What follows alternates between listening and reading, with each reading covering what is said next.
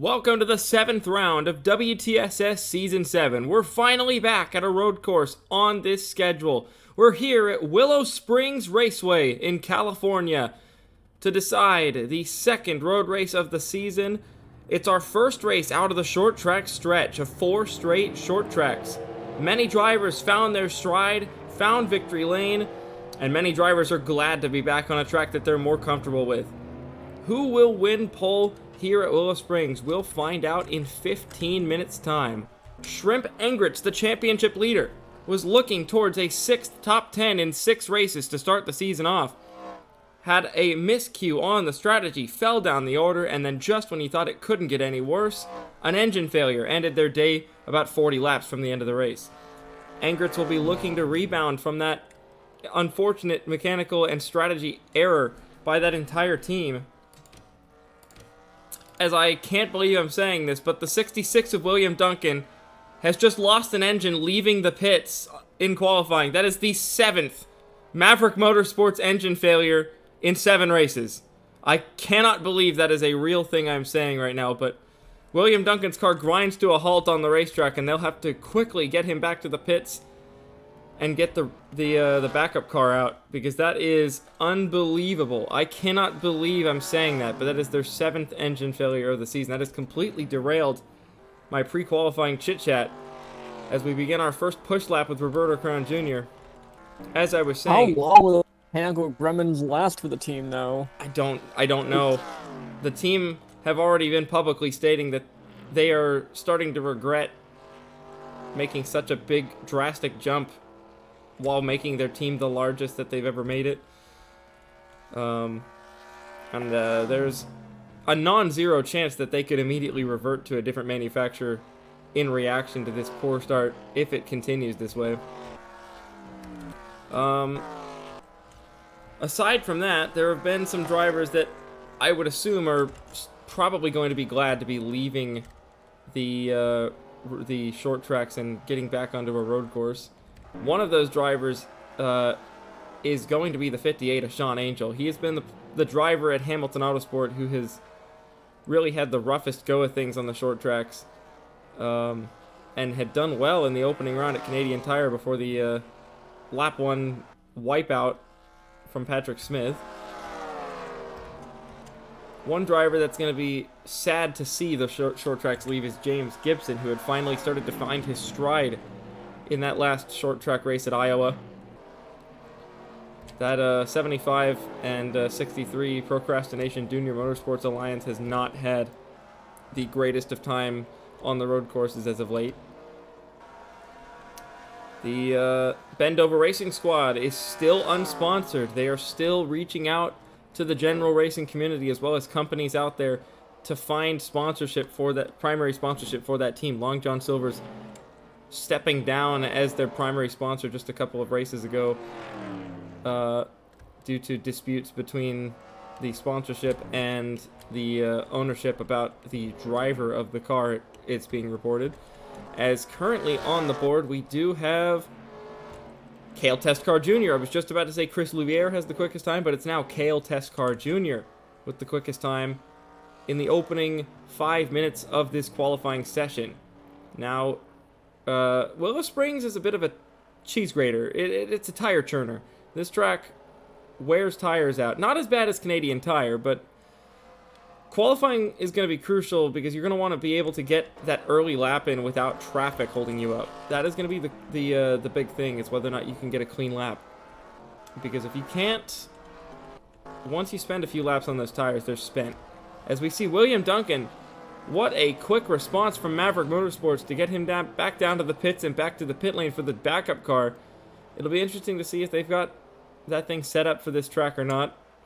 But we'll see here as Logan Hill jumps to the top of the board in the 11. We have not seen success from Hill in quite some time in WTSS. That is a new livery he's debuting. You may think that looks oddly similar to Ryan Bolden's Season 2 paint scheme, for those who have been around long enough, and it is basically identical. Panasonic stepping over as primary sponsor for 5 or 6 races this season on the 11 car. Jake Stevens Another driver who was absolutely ready to get back to the road courses after the short track stretch. The touring car driver for Rocket Atkinson Racing has put it on the top of the board now, a 1:19.18.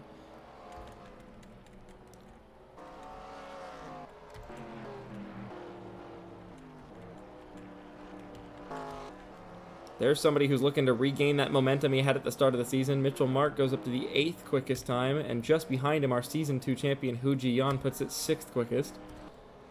Alex Constantine will be shedding tears knowing that there's not going to be another short track for a few weeks.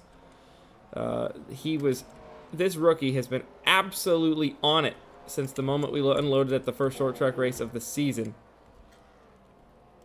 And, crucially, he has, other than that last race at Iowa, crucially did not lose a step at all out of it completely. And we'll have to see what that team's capable of at more variety of tracks. But the short tracks, they've got it down.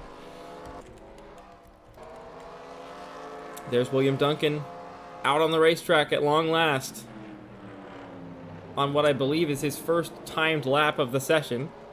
The tires are going to be still cold here, so the man currently tracked as 40th place because he does not have a time on the board yet. Top 5 at the moment: Stevens, Logan Hill, Cale Teskar Jr., Jeff McLennan, and Yuki Tamura.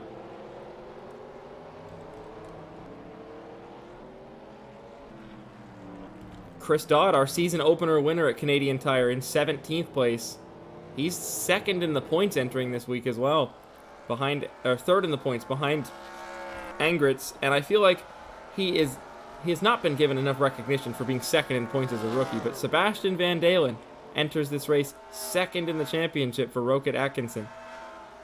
It seems that is absolutely true. We kind of been not mentioning that he's a rookie. He just seems like he's fit in perfectly.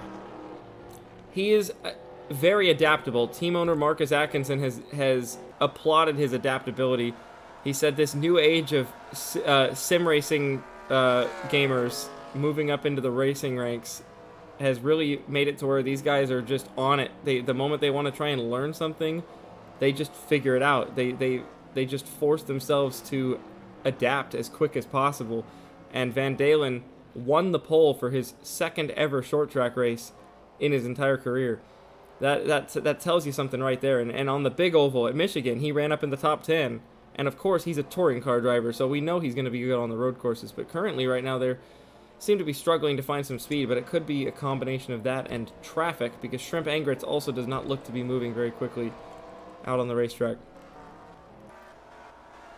Mitchell Mark is already in for some fresh tires. We have some people coming in, just trying to split the session.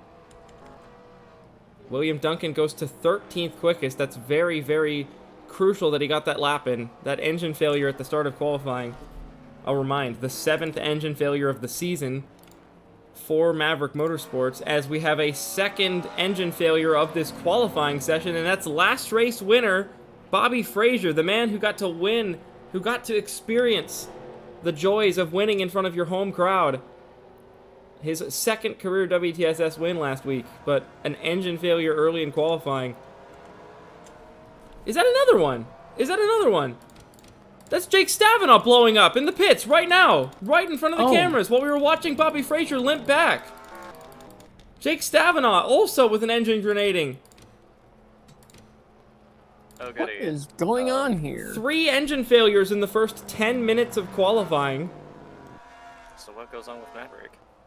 So that's, so the Maverick 66 of William Duncan blew an engine right at the start of qualifying.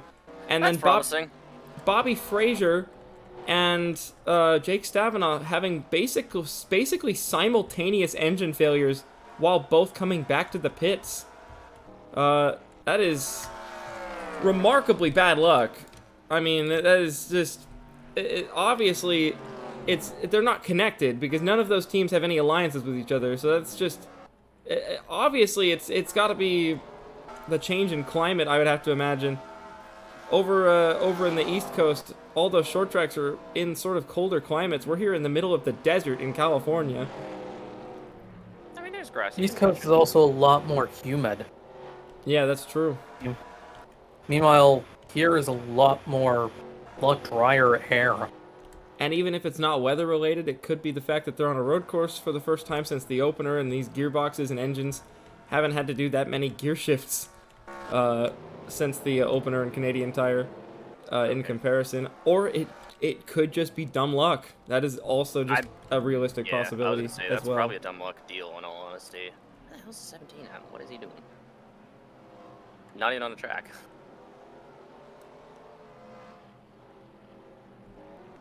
Multiple cars out there.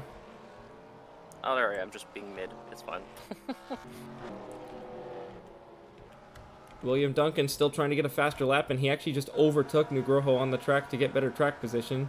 So this lap will be a write-off, but he'll get another chance to improve. He actually almost improved on that lap. People Just are 10th off. setting into their setups now in this qualifying session. People still out there trying to find times. Jeffrey Finguy just set the 23rd fastest time. Anybody who's really not set a good time really needs to focus on that. We've got people coming in still to try and maybe get some fresh tires to go out there and hot lap the last 3 minutes of this session. But at the moment, basically what we've got out here is now trying to feel the car out. There are no practice sessions in WTSS. You got to juggle how much you want to focus on the starting position and how much you want to focus on your race setup in these qualifying sessions. You run what you have. Kale. Yeah.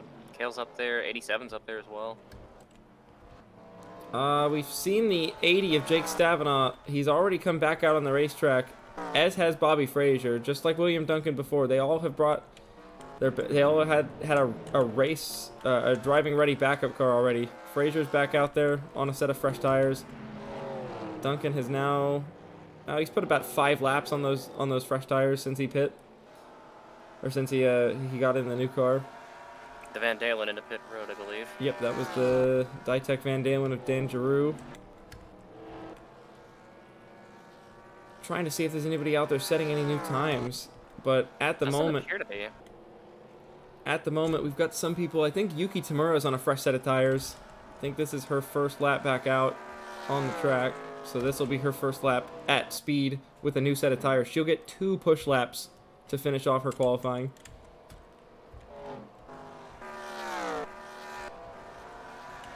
I think Ryan Reed is on a fresh set of tires as well.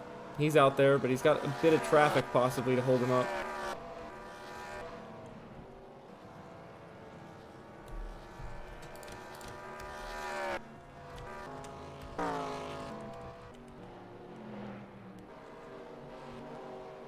And of course, Stavanaugh back out on the racetrack as well from his engine failure.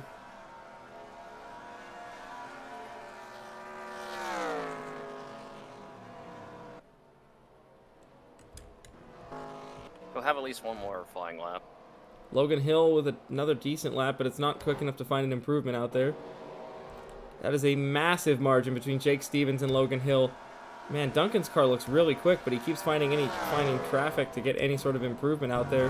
And I think now at this point his tires are going to be too worn to be competitive enough to set any new times. The real focus is going to be on some of these people that are just starting to get their tires up to temp out of the pits, like Bobby Frazier, who just set a personal best to put him up to 33rd.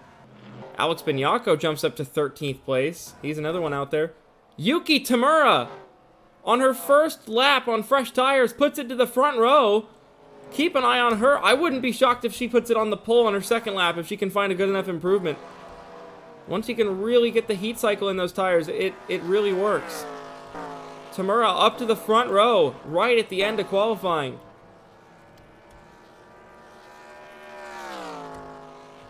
People starting to find improvements out there that have put their fresh tires on.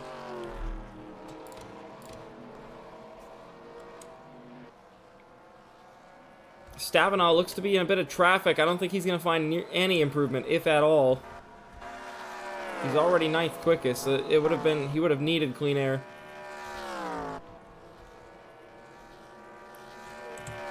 We're about to enter standby. That'll give just enough time for anybody to finish a lap that they've started. So anybody who starts their lap before standby begins will get another chance at it. So that means that the cutoff will probably be around Nugroho and Patrick Smith. Qualifying is into standby. Anybody finishing their laps is done. They will not have enough time to set another lap. Frazier does not find an improvement. He stays 33rd. Same with Binyako. Yuki Tamura cannot usurp Jake Stevens at the top of the board. Stays second quickest. James Gibson stays on the back row but improves his time. Is anybody out there on a run to set a new best lap in qualifying? Doesn't appear to be. Test car across the line. No, he's not. Same with Roush. Stavinoff still in traffic. He's not going to get any opportunity to set a new lap. We are racing in qualifying here at the end of the session. That's, man, gutsy move by Logan Hill to try and get some clean air. He has fresh tires, but it looks like the traffic's going to be just enough to keep him from improving. 3 wide in qualifying is not something you see every day. But they're still 3 wide. They are still 3 wide, but it looks like Logan Hill is asserting himself as the faster car. And this is the final group of cars right here. Anybody sets a time, it's their final time. Cross the line, Nugroho and Smith aren't even going to make it. That's your qualifying, and it is the rookie, Jake Stevens for Rocket Atkinson Racing, putting it on the pole. It's the first ever pole for the rookie here in WTSS. The second pole of the season already for Rocket Atkinson and for Sayat as well, after Van Dalen's pole in Memphis. But it is Jake Stevens who is on the pole for the first time in the WTSS here at Willow Springs. And the touring car driver who is looking forward to racing on a road course once again has put it on the pole in his first time of asking. It's Stevens, Tamura, Hill, Teskar, McLennan, Gian, Louviere, Crown Jr., Stavinaugh, and Mark, your top 10, with Shepard, Angel, Binyako, Duncan, and Wilhoit, the top 15. The rest of your qualifying order is as follows.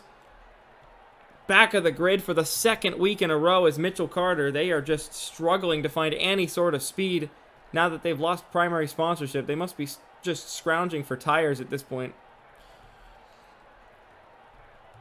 Another driver that's shocking. That's championship leader Shrimp Engritz on the second to last row.